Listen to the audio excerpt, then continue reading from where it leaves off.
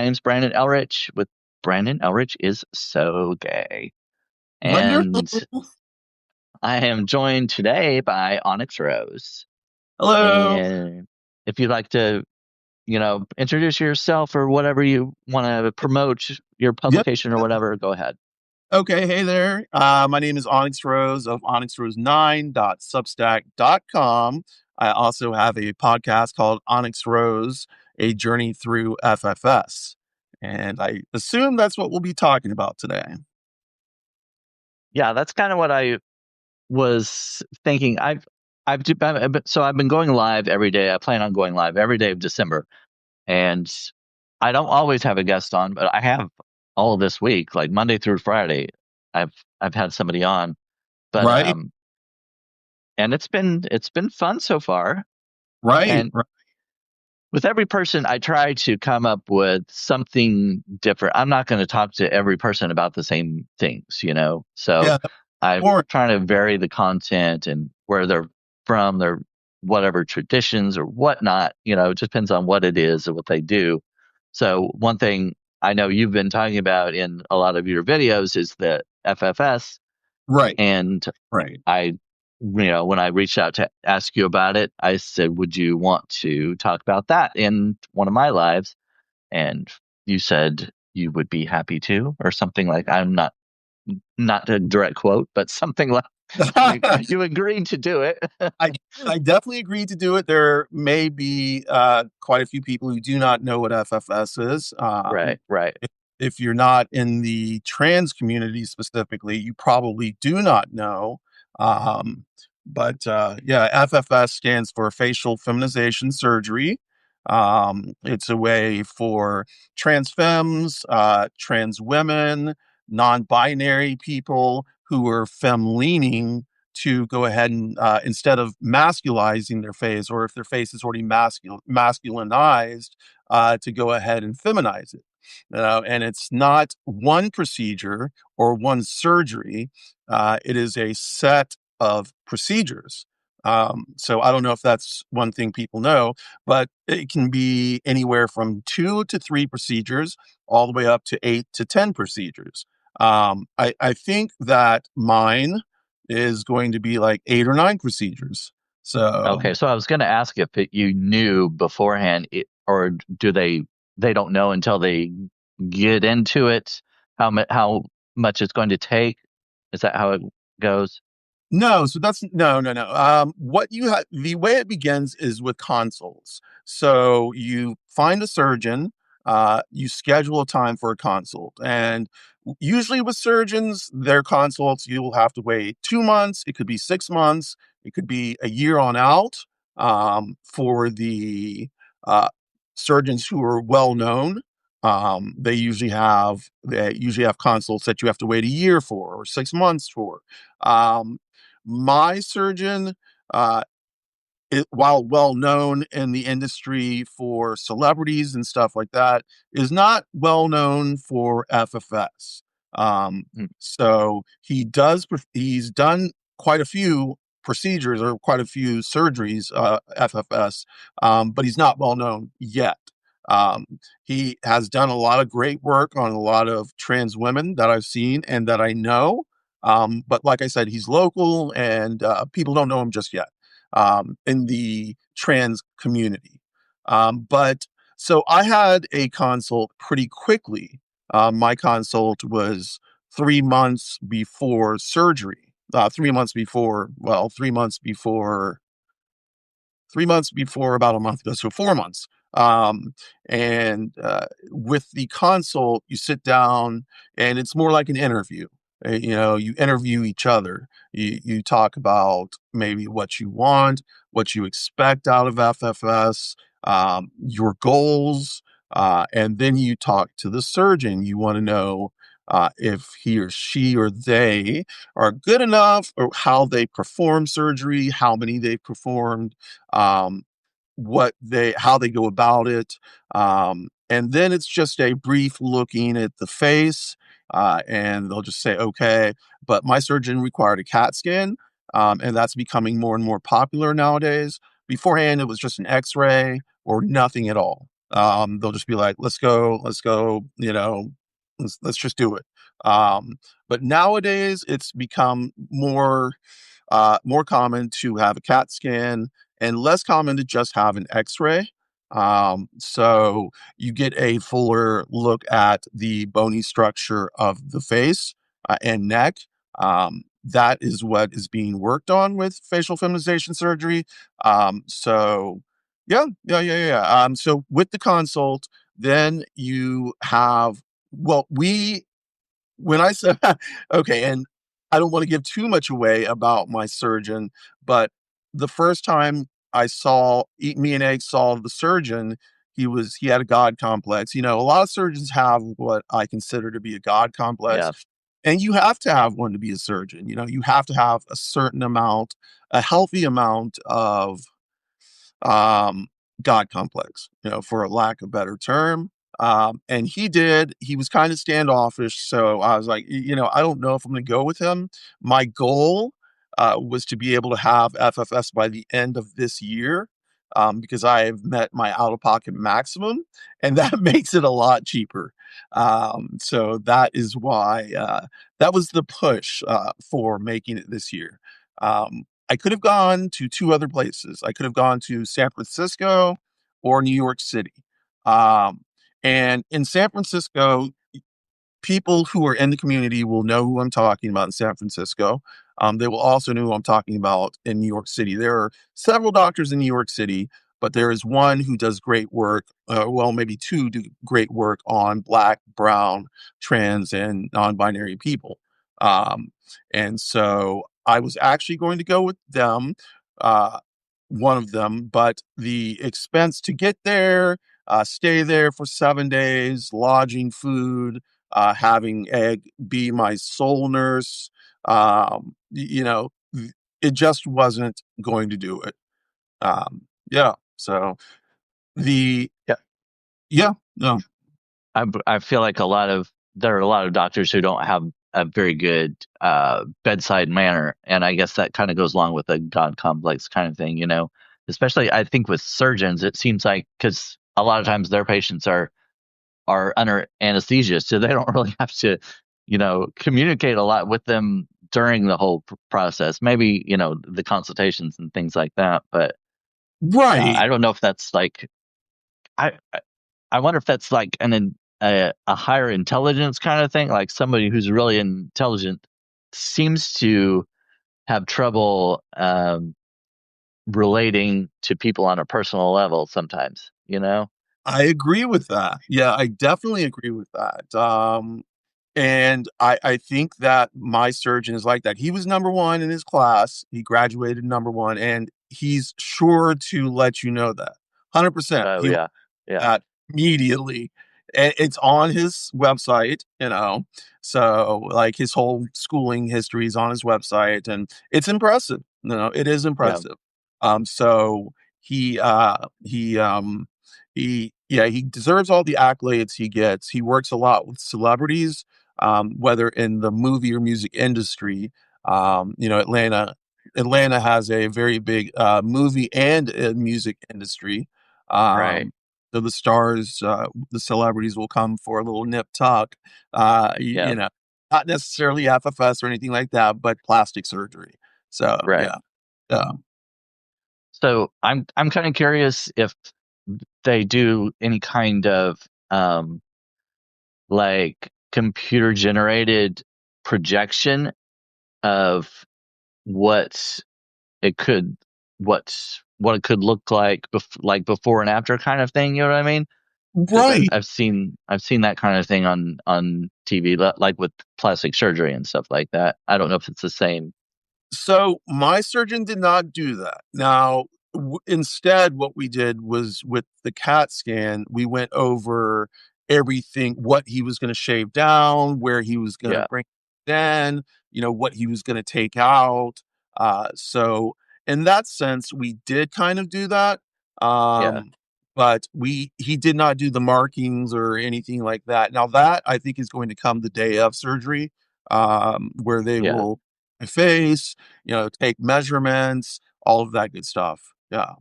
So I Okay. Yeah, yeah, I'm pretty sure that's going to happen. Okay. So, how how did you come to this decision? Like, how long have you been thinking about it, and what, finally put you So over to? I've been thinking about this since 2013. Um, I started in 2013 just with a dream. I would love to get this, but the surgeons I was looking at that point, honestly, they didn't take insurance. And I'm going to just throw out a number here, and you may be surprised, but we're talking about close to $100,000 for the top surgeons. And I was looking at them. So I was like, okay, this is unrealistic. Let me drop down a bit. And I dropped down a bit, and they were still like $50,000. And they weren't taking insurance at the time. So, you Yeah. know, I decided to just put that off. In the meantime, I got a couple other gender affirming surgeries. I got what's called an orchiectomy, which is the surgical removal of the testicles, and then I got bottom surgery. So, those were a couple of gender affirming surgeries I had. I was Egg was my nurse for both of those. Um, and for those of you who don't know, Egg is my wife, my partner, my main gal. And so she's my nurse again for this surgery. Um, the FFS thing has been in my head for a long time. I've researched a lot of surgeons, pretty much every surgeon that was out there between 2013 and 2016. I researched, I consulted with three or four of them. Um, the money for me wasn't there. There were a couple of surgeons that I just did not like right off the bat, right off the rip. So I was just like, let me not go to them. There are a couple surgeons on the East Coast. I live in Atlanta. So there are a couple surgeons on the East Coast, up and down the East Coast. There are actually more than a couple who are good. There are some that are not so good. I've heard tales about some, about others, not so much.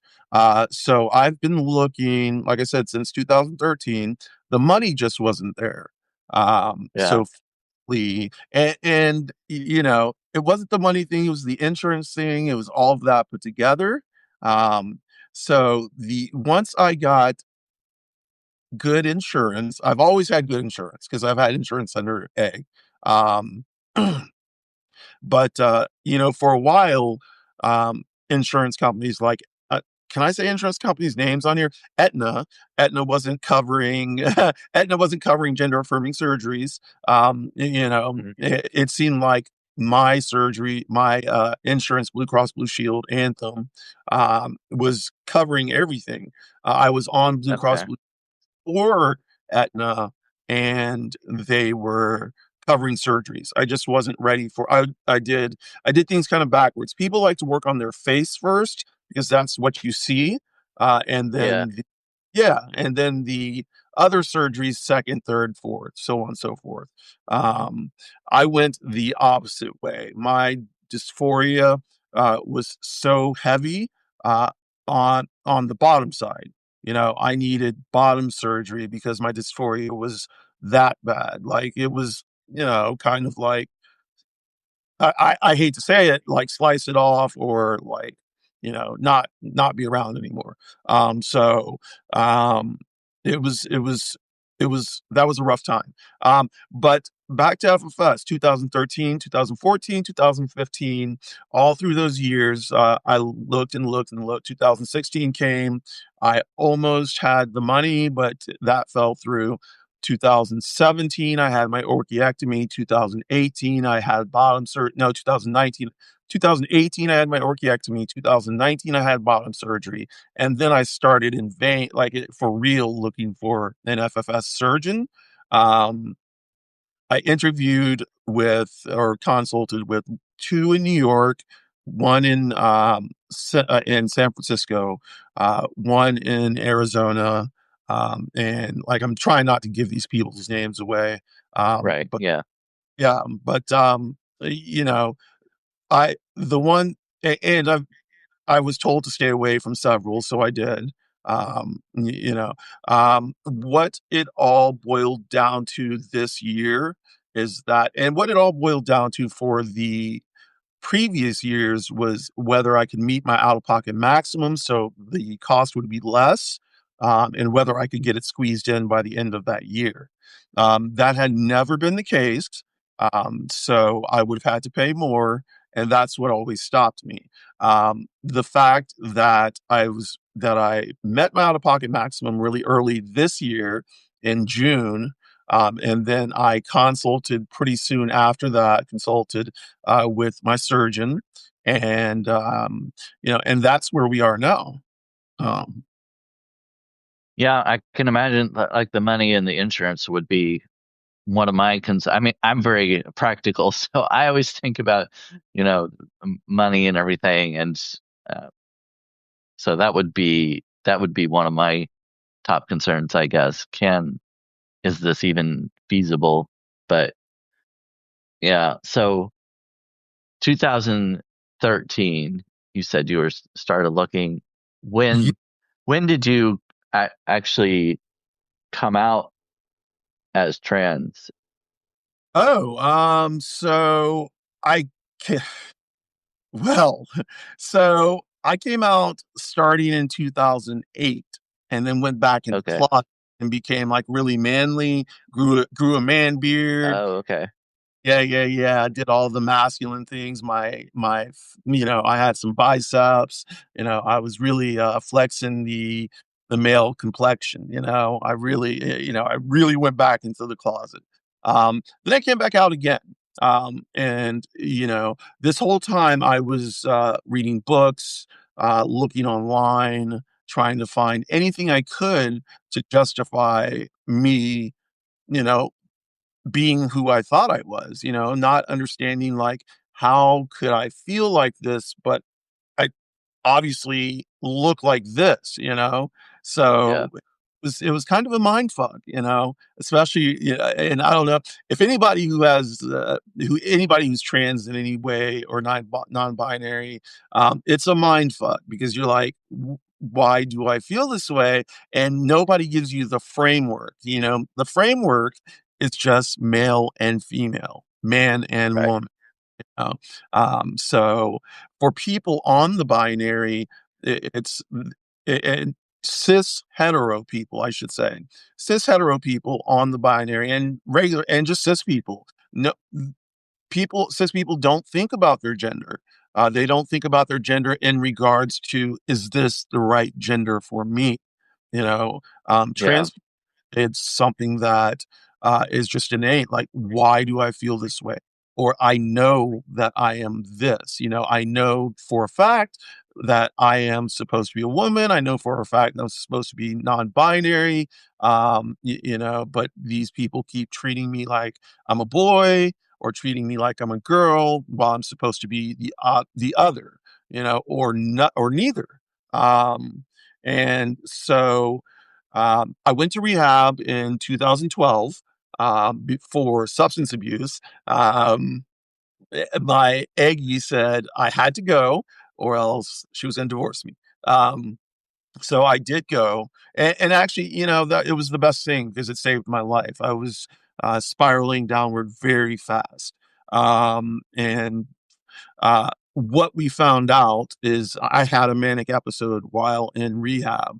Um, and that led to my bipolar diagnosis. I had been diagnosed before, but without any proof, because nobody saw my manic episodes, nobody saw my depressive episodes except for Egg. So without any proof, like medical proof, they couldn't say anything until they saw it again. So while in rehab, I did have a manic episode. And, from that point, I was having group sessions, group uh, therapy with my psychiatrist, and therapy with a supposed family therapist. Um, this family therapist I had never met before, Egg had never met before. But we were sitting in the room waiting for this person to come in, like start our family therapy. This was our first family therapy session, because honestly, Egg had no idea. She just thought it was therapy because I was in a manic episode, and and because of my addiction. And so the family therapist comes in and says, let's talk about your being trans. And he didn't say being trans, he said being transsexual. That at the time, transsexual was the way to say it. It Yeah. was gender. Right. So yeah, so let's talk about you being transsexual. And Egg's mouth hit the floor, her jaw hit the floor. My jaw hit the floor. I was like, what, what the fuck are you talking about? And so that led to me actually coming out, for good. Yeah. At that point, I was like, you know what? I can't pretend anymore. I shaved my manly beard. I stopped acting in a way that people would consider manly, all of Yeah. that and it's kind of dropped away. And um I started looking for my tribe, for people like me. I came across this book called True Selves, and I'm shouting it out. I just don't remember the author's name. There are two authors, but if you look up True Selves, that is the name of the book. I don't know if it still holds up today. I know that they've revised it, so maybe it does. But when I read it, it was like a lightning bolt. It truly was. It was describing me to a T. So I was like, this is it, this is actually it. So in 2012 or 2013, um, I found a group online, and I won't say their name because it was a web board to begin with. And now it's a Discord. And we started with like 400, 500 people. And now there are only 89 of us. But I've known these people since 2013. So we have tight bonds.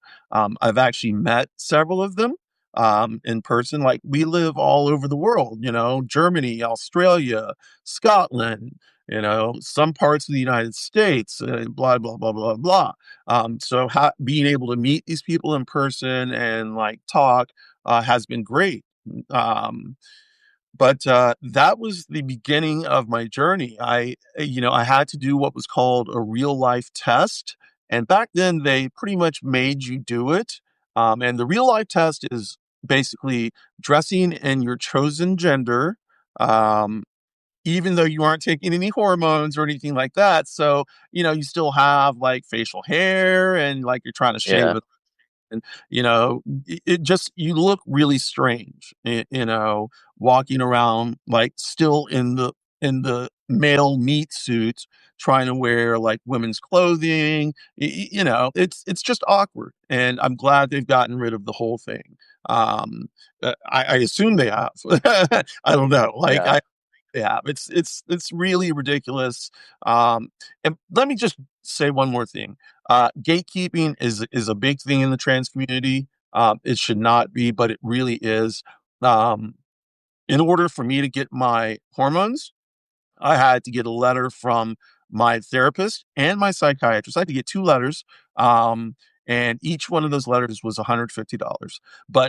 And then I had to see them for at least 3 sessions. Those were 3-hour sessions Oh, at $50. So you see the amount of money you pay just to get started, the amount of money you pay just to start transitioning is ridiculous, at least back then. I don't know if it's changed so much now. Like there are therapists called gender therapists, and the gender therapist is specialized, of course, in gender. So they know the way to talk to a patient, a client. They know and they understand gender and all that goes along with it and transitioning. So uh, the insurance companies were not paying them out. They could not get money back from the insurance companies. So most gender therapists just stopped taking insurance. And that's why the money started racking up like $150 here, $150 there. I was going to a gender therapist for 2 days a week. And so that was $300 a week. It was insane. The amount of money that we spent on therapy is I could have bought a car, I could have bought yeah. like down payment on a house. But so that's the the beginning of my, like, going into, like, discovering my true self, as they say, is was that. And the impetus, the pushing of me was the family therapist who outed me. And from Yeah. that I was like, I can't go back in the closet. If I do, I will kill myself. And I, at that point, Egg did not understand that. Um, but it was at that point that divorce was being started talking about.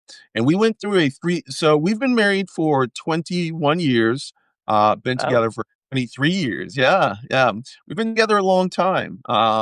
So in the middle, she started talking about divorce, and that was right when the family therapist came out and said that. She had no idea what being trans meant. She had no idea what trans people or who trans people were or what they were about. So consequently, she didn't have anything. She didn't know who I was and what I was about, and she thought that everything that she knew about me was a lie, and that everything that she knew about me had changed in that instant. When in that instance, but it didn't. So um, yeah. I after, wanted to go back to what you said something earlier about cis people, especially cis straight people. They don't understand. Like, if you were to, if sometimes they'll ask like, well, when did you decide you were gay or whatever, and right, they don't quite get that. And you can turn the question around on them and say, well, when did you decide to be straight? right, And they can't answer. It's like, well, I didn't decide to. It was just natural for me to be attracted to the opposite sex. Like, well, that's the same with being gay. I didn't just one day decide, you know what? I think I'll like guys from now on. Seems right. like Let me just seems try like this. something I want to try. I mean, Right. that seems like a good idea. No, I mean, it's kind of, I don't know, it's kind of ridiculous. It's like, why would I decide? I mean, because you see how hard it is sometimes to be Right, in certain areas and stuff to be gay. Why would right, you decide to do that? Why would you right. make that decision if you didn't No, already, if you weren't attracted to guys, for me, if I weren't right, attracted to guys already, it's like, why would I change my life to be more difficult and, to go through all that stuff? Yeah, but I don't know why. Some people just don't, you know, they it, can't empathize. right. There's the word is empathize. There's no empathy. It's like, well, and that's what's going on in the world today. There's no empathy. They don't Yeah, really care. They just wake up and they're just like, okay, I'm supposed to be this man. I need to, do all this in school. I need to then date this woman. I need to settle down, have kids, and like you said, the white picket fence. I remember y'all talking about that one day. You yeah, know, yeah, and that was honestly never on my radar ever. And I feel sorry for Egg because that was on her radar, although she didn't tell me at the time. So we had a lot of miscommunication. It was just a lot of miscommunication. We weren't being 100% honest with each other. yeah, So yeah, yeah. But the fact that people would be like, why did you decide to be gay? Or, why did you decide to be trans? And I got that from my parents. My parents were like, why did you decide to be trans? Why are you doing this? I'm like, well, I'm not doing this to hurt you. I'm not doing this to hurt anybody. I'm doing this so that, well, I'm not going to hurt myself. If you want me alive, I have to do this. And that is something that they didn't understand, and that is something a lot of people don't understand, is that trans people are not doing this to hurt anybody. We're doing it to make sure, I mean, anybody else. We're doing it so that we make sure we don't kill ourselves. yeah, And it let me just pop back to now with the laws that are being enacted. There are going to be a lot of dead trans people. Um, And that is just the sad fact, you know. The and people don't care. The makers of the laws, they don't care. They don't care that I think they want dead trans kids. Um, and that's sad, you know, like it breaks my heart. But that's, yeah, that's the situation right now. Yeah, well, Yeah, and that goes back to again empathy. I mean, right. it seems like we have such a lack of that in today in the country. And I was saying I've said this several times that I think empathy should be taught in school It should and be to children. You know, they need to learn from a young age to empathize and under to have some kind of at least attempted understanding of what other people are going through, and you know, not look at them as not look at themselves as like I'm in it for me. I'm the only one that matters. You know, right. Right. I saw a meme and I keep on posting it every time it comes up. And it's about a group of kids who are in elementary school, maybe middle school, and they're at McDonald's. And, like a parent is watching them and talking to another parent, and they're like, "What are these kids doing?" And so one of the parents goes up to them and says, what are y'all doing?" And they say, "We're practicing pronouns, so that when we talk to this kid in school who is obviously trans or non-binary, that we'll have their pronouns right." And that is the empathy we need. That is a very good case of empathy. These kids, they're just kids, but they just want to make sure that this other kid is treated with respect. And, right? that's beautiful. It's beautiful. Um, Yeah. So anyway, I don't know. I kind of got off track, I think. let's jump back into I was, this. yeah, I was like, I went back to the cis man because I related to what you were saying, and I was like, I wanted to go back to that, but then I don't know where you were when I interrupted. Oh, well, no, I'll pop back into FFS. So, like I said, FFS is a group or a set of procedures. The and you can get anything from like a nose job, rhinoplasty to like chin and jaw work. And just to keep it 100, these are not just trans surgeries. There are a lot of cis people who get rhinoplasties. There are a lot of Right, there are a lot of cis people who get genioplasties and sliding genioplasties. Sliding genioplasty is where they take care of the jawline, and genioplasty is where they take care of the chin. So there are a lot of people who get these for various reasons. There are a lot of people who get lip lifts or, work on lips, maybe cleft palates. There are a lot of people who get plastic surgery for various reasons. It's just that when it becomes a trans person reason, then it becomes stigmatized. Like, oh my God, this trans person, but yeah, they forget to say, oh my God, this cis hetero person got a nose job and cheek implants and lip fillers and, Botox, and I take the eyes and make sure they're not wrinkles underneath them or bags underneath them. And I'm like, oh, okay, well, you're getting FFS, it's facial feminization surgery. Maybe not facial feminization surgery, but facial surgery, like plastic surgery. Um, my facial feminization surgery is just that. Like I am having either 8 or 10 procedures, between 8 and 10 procedures. It's going to take 12 to 14 hours. Yeah. So I will be under anesthesia for 12 to 14 hours. And that is a clip. It's a long time. I have never been under anesthesia that long. The longest I've been under anesthesia has been 7 hours.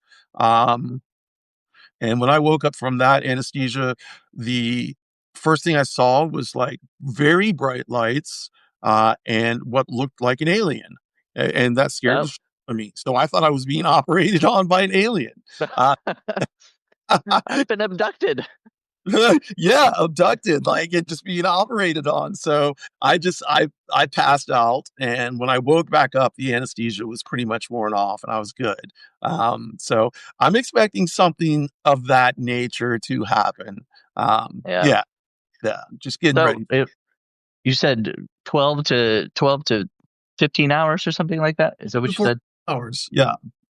Okay. So will you have all of your FFS done during that time, and or you won't go back for So anything else?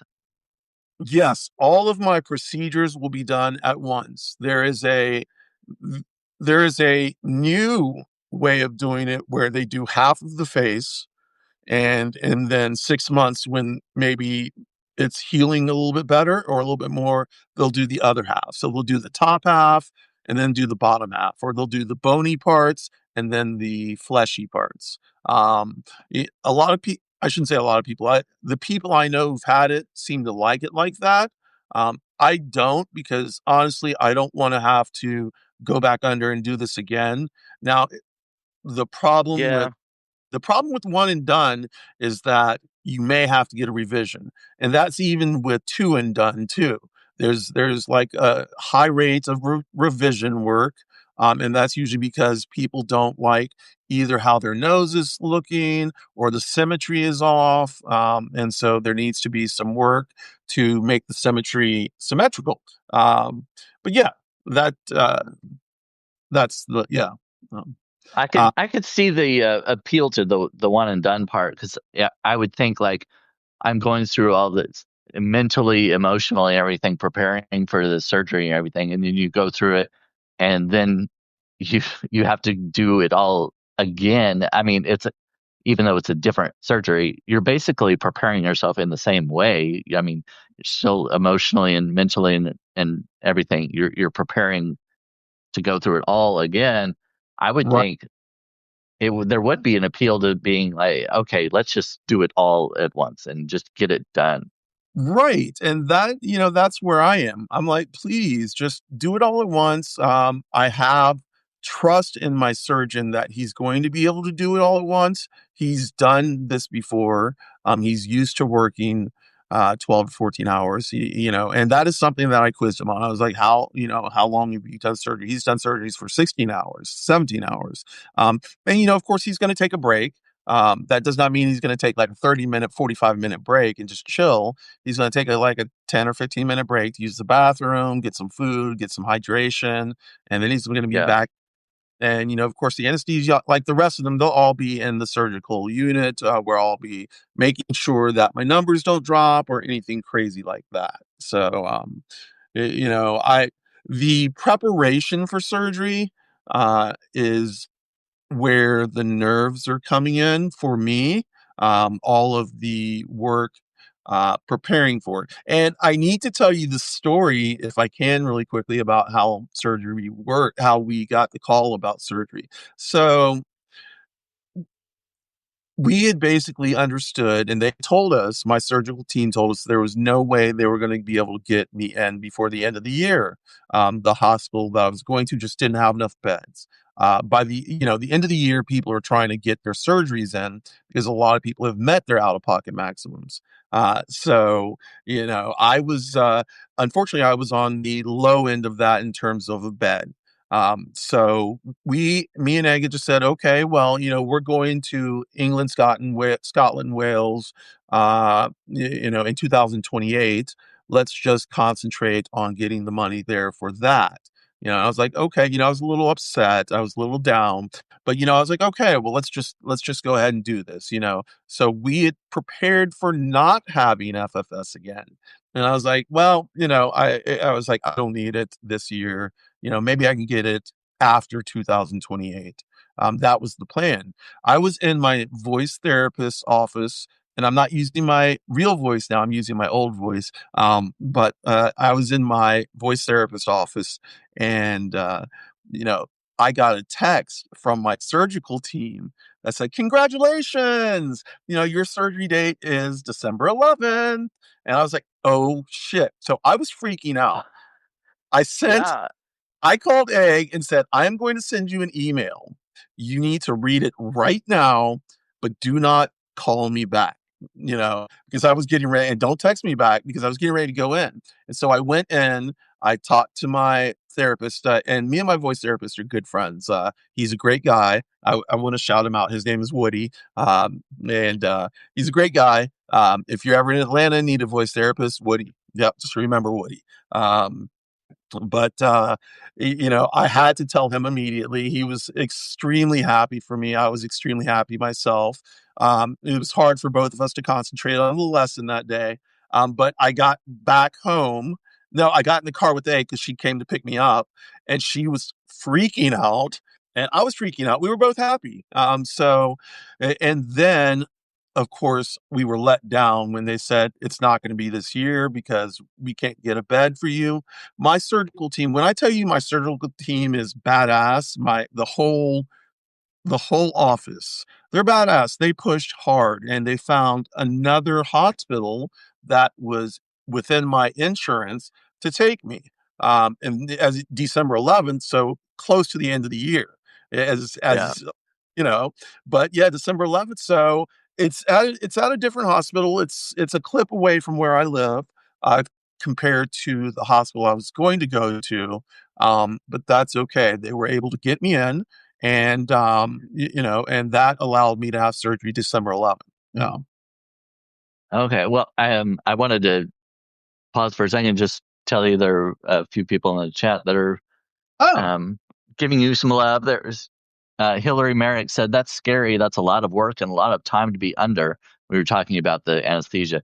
I'm sending yes. you so many healing vibes right now and hoping that everything goes well for you. Thank you And so be much. under.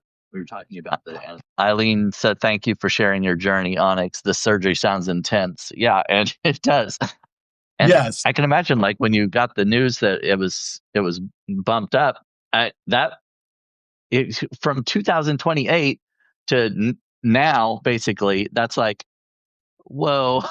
Right. I that it seems like that would be a lot of stress. I mean, I guess you were happy about it, but then there's also like you kind of, I don't know, when something's farther away out, you're like, okay, I just don't, I'm just not going to worry about it for a while, and then all of a sudden, it's like, oh, Yeah, it was from we'll just do it after 2028 to we're going to be doing it in 3 months, 2 months. yeah, Yeah, the turnaround, it was scary and crazy. Like, we have been getting stuff like, all the medical equipment we need, all the like gauze and sterile stuff that we're going to need, getting ready, preparing foods like smoothies, and not preparing them now, but getting protein shakes and jellos and things that I'm going to be able to eat the first couple of days after the surgery, because I'm going to have sutures in my mouth, sutures all along here because I'm getting a face and neck lift. I will have sutures under my nose because what they do is make a cut here and take out about a centimeter of flesh and then stitch it back up. So I will always have a small, faint scar there. So okay, I'm gonna have to get on my makeup game. I am good with makeup now. yeah, I need to get a little bit better. yeah, I will have an incision right here, which is where they pull down the face. I like to say stuff like that because people don't understand, but yeah, that's where they pull down the face and then work on the bony parts. And they'll be shaving them down. I will get like my suborbitals and orbital regions smashed. And repositioned and put back together. Yeah, I'll have titanium yeah. plates in my head. Yeah, that definitely. I mean, that definitely sounds intense. I mean, for those, some people joined late, so for those of you who are have come in later, we're talking to OnyxRose about facial feminization. Or do I have the F's mixed up? Facial feminization surgery, or is it the other way around? Facial surgery, yes. Facial Okay, feminization. okay, Oh, I'm just going to the chat real quick. Okay.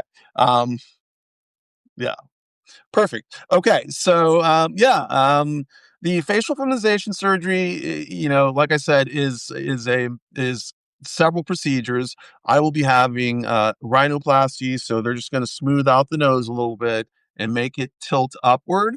The upward tilt is more common in feminine people as opposed to masculine people, or and the way we say in the community as is assigned female at birth or assigned male at birth. So that we're not saying, well, this guy or this girl, nothing like Hmm. that. Yes, I was assigned male at birth, but honestly, I was never male, So, the assigned male at birth is how it is. But being assigned male at birth, I had to go through puberty, and going through puberty, there are certain things that happen. Um, you know, Yeah. uh, and so all of the things that happen in puberty during puberty, I have to correct. Now, things like the facial hair, I had to have electrolysis. And electrolysis, if you don't know anything about electrolysis, is painful. They have to use a needle. They put it into every follicle of your face and kill the hair at the root. I've already spent at least $10,000 on that, and I'm not done. Um, but Mm. that's not the FFS part. Facial feminization part is, they will work on my jaw. So they're going to take out a piece of jaw bone, a piece of chin bone, I'm sorry, and replace it with a titanium plate and kind of squeeze it together so that it's fused, and then that will grow. They're going to do my nose, as I said, and do the lip lift. So my lip will lift up a bit, and there'll be less of a distance between the bottom of the nose and the top of the lip. So the philtrum, that area, is a little bit shorter in people assigned female at birth. So that's what we're going for on that. Um, the the head right here, this little part, and if you can see my brow ridge, it's not necessarily flat or like domed. Uh, People assigned female at birth, they don't have, for the most part, do not have this like bony growth right here. Oh, Um, okay. Like right. the bump there kind of that comes out. Right, right. Like this, like you can feel it right here as it goes along. And so what we're going to do is basically smash that up and then kind of reconstruct it so it's smooth, or so it slopes a little bit. It probably won't slope all that much, because of puberty and how things have grown in, but it will be smoother. And my eyebrows will probably be raised a bit. Giving my eyes a more youthful appearance, a more assigned female at birth appearance. Basically all the things that age and puberty have made me go through. I'm getting kind of reversed. Yeah. Uh, yeah. So, uh, So you said the 11th is when it's scheduled. the 11th, That's coming up yeah. pretty quick. So how are you feeling as far as your anxiety and emotions and mental state and all of that? So I need to preface all this by saying I just popped out of a manic episode in September. I am now stable, but it took a long time and a lot of medication and I did a lot of damage from March to September of this year. Um, Still working on taking care of that, Yeah. but you know the yes. After I came out of that manic episode, everything started to fall into place about FFS, and then it stopped, and then it started again. So the nerves have been low up until about this last week. And this last week, things have been ramping up. We had one more consult about a week and a half ago, maybe 2 weeks ago, with the surgeon and with my surgical team, where they took pictures. They gave us the last rundown. It was the pre-op surgery, where they told us what was going to happen, blah, blah, blah, blah, blah. But the good thing about that is my parents actually came, and me and my parents have not had the best relationship, since I came out. Um, we didn't talk for 2 years. Yeah. And yeah, a lot of trans people, unfortunately, that is the case, and it was Yep. the case for me. So, me and my family, um, I think my that's the case with a lot of people in the queer community in general. unity, yeah, yeah, definitely. And it's yeah, you're right. It's not just restricted to trans people. It's all queer people. And that's not to say there are no families who support their queer, sisters, brothers, Oh daughters, yeah. sons, wives. There are, but as a majority and as a whole, there are not. Um, Eileen, really quickly, yeah, electrolysis is really time consuming. I have done this for so long. I think I started electrolysis in 2014. So yeah, we're still going strong. Um, but yeah, so um, the the anxiety is I talked with Egg about it today right before we got on earlier, and we talked, I try and check in with her to see where she's at, because she's going to be my main caregiver. So she did say that her inner anxiety is a 5 right now. And that's about right. That's about right for both of us. um Well, that's I mean, to me, I would think that's not bad. I mean, uh, I it's can not imagine that mine would be probably higher than that. And I mean, obviously it's understandable when it comes closer to time that the anxiety is going to be amped up a little bit. But I mean, it, that doesn't sound so bad as far as well, what I would imagine. it's not, and I'll tell you why, because we've been through this twice. Now we've never been through FFS, but we've been Right. through 2 gender affirming surgeries, Yeah. and with each surgery, Egg had to take care of me. So I call her Nurse Egg. She has to put her nurse hat on. And honestly, if she wanted to be a nurse, she could have been. If she wanted to be a fucking surgeon, she could have been a surgeon. Um, she's just that badass. So shout out Egg. She's in the other room. But yeah, she'll have to be my nurse again. So I like to check in with her to see where she's at. And I need for her to be honest with me. Where is your anxiety? What do you have anxiety about? Is there anything that I can help ease that, before we go in? And of course, there's not really much I can do for her in terms of easing it, except for saying, that everything should be okay. Um, the day of surgery, she's going to take me to the hospital and drop me off.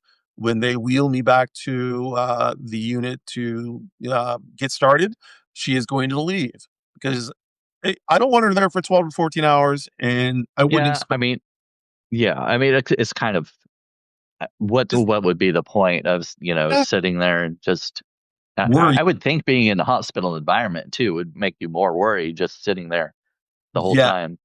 Yes, yes. So, she's gonna go home. Like, we have a river near us, and she's probably gonna take a walk along the river, get something to eat, just hang out with Nix, who's our little black pug. And then, my guess is that she is either going to come back later that night, later in the evening to the hospital just to see me after I've gotten into recovery, or she's going to and then go home again.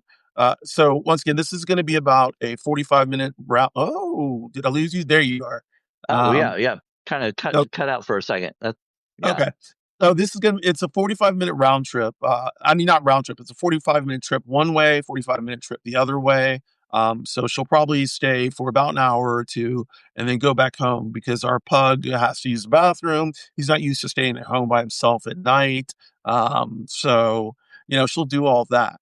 And then she'll come back in the morning. And that's really when it begins. All the stuff begins is when she comes home. I mean, when she comes back in the morning, because the surgeon will come and they will release me. Now, I'll be all bandaged up. I'll have bandages here and bandages across here. So I'm going to look like a mummy and my face will yeah. be swollen. Apparently, they like slather your face in some type of petroleum jelly or something like that.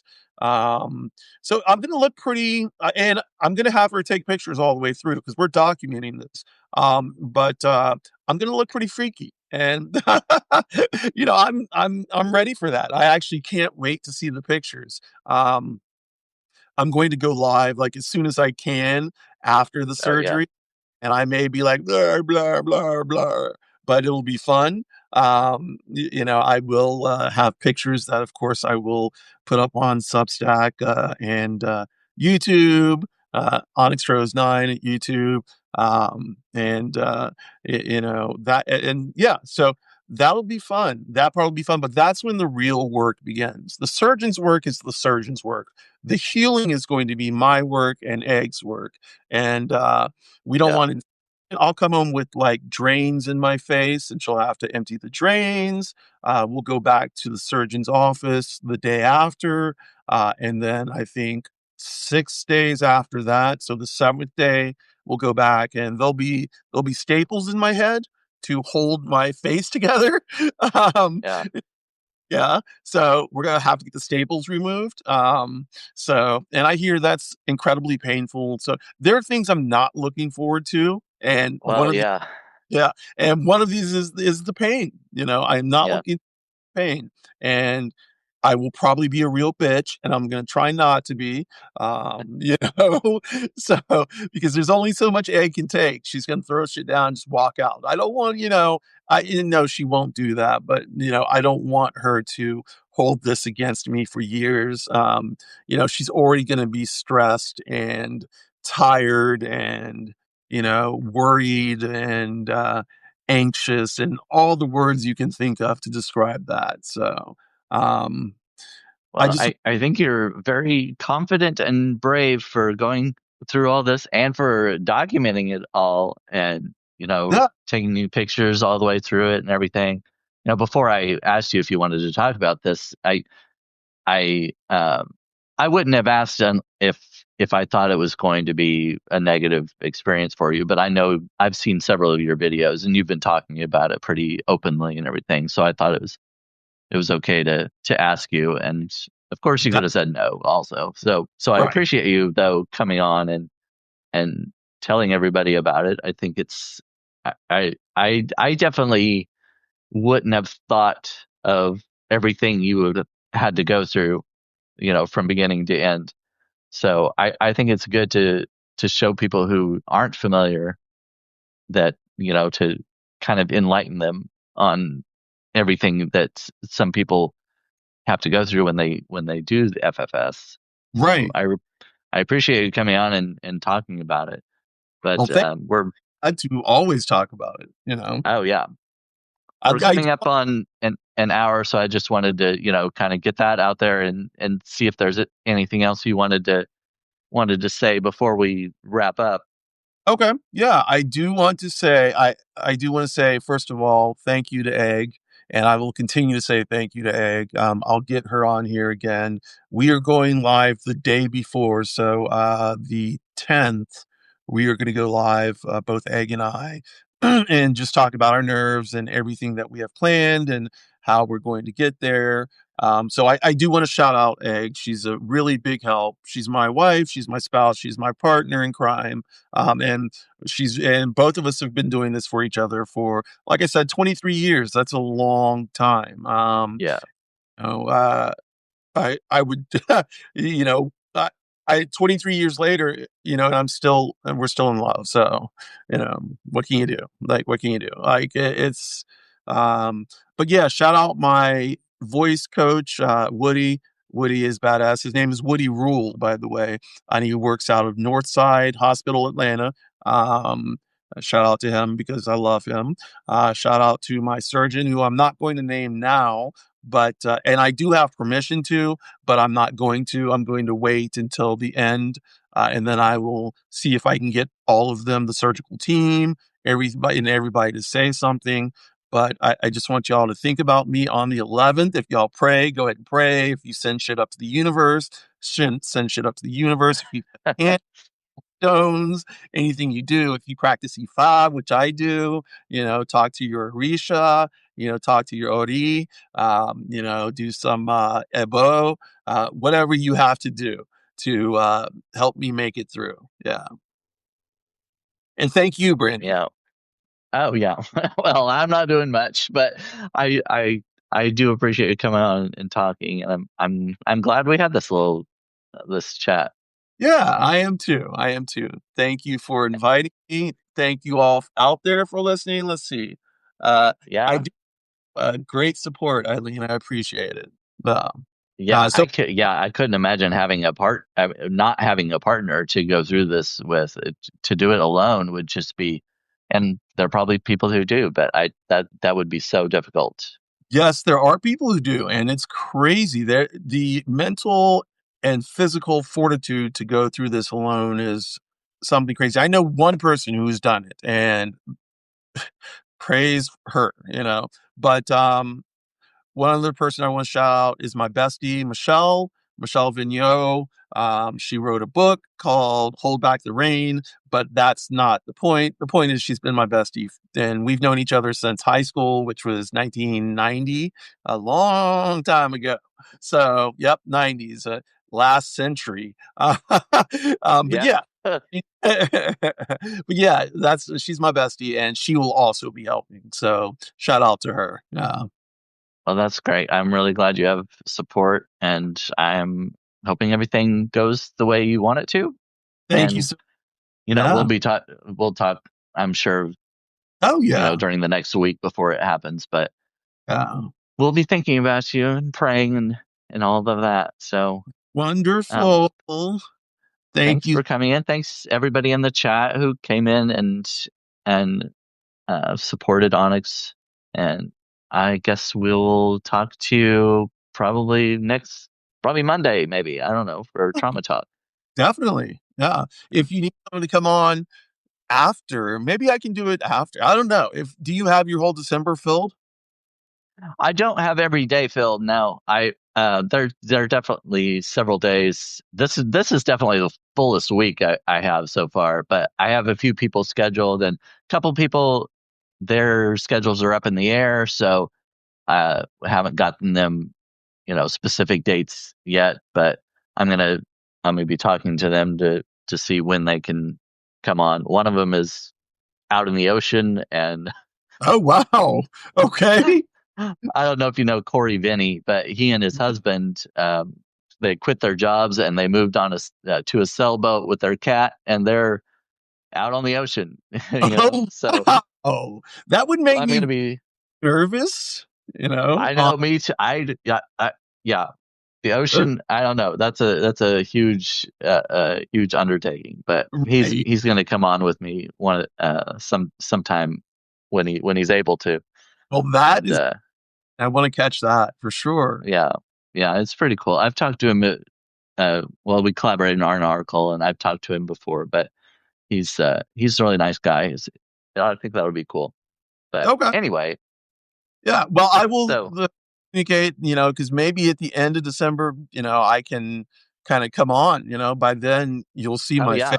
yeah. Yeah, and if it's, we'll I guess take it as it goes. We'll see how you feel, afterwards and everything. So no pressure at all. But if Right. you want to, yeah, that would be great. Okay, wonderful. Well, thank you for having me on. I appreciate it. Once again, just want to plug my site. It's onyxrose9.substack.com. I am on YouTube too, and it's youtube.com at onyxrose9. And basically, you can find me everywhere under Onyx Rose. On any of the socials, it's either 9 or 95 or Onyx Rose LB on Facebook. Yeah. Yeah, Um, I didn't really do plug any either of us, but yeah, if you haven't subscribed to Onyx Rose, please do so. If you're not a subscriber to me, subscribe and see the rest of my content. So thanks a lot. Thanks for thank everybody coming in, and I will talk to you soon. Au All right. revoir, bientôt, and Bye. chicken grease.